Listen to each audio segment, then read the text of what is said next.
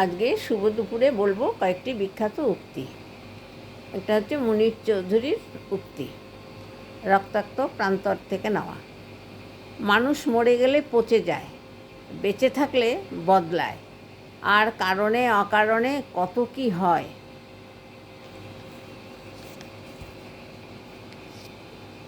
দুই নম্বরে হচ্ছে সাহিত্যিক শরৎচন্দ্রের একটি উক্তি, শ্রীকান্ত থেকে নেওয়া। মানুষের মরণ আমাকে আঘাত করে না, করে মনুষ্যত্বের মরণ।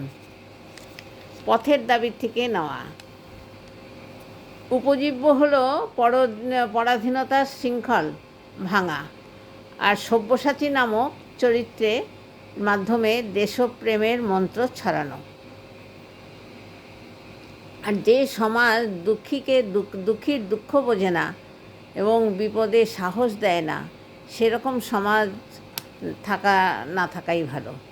সংসার সুখের হলে ভালো, নইলে বড় শিক্ষা দেয়।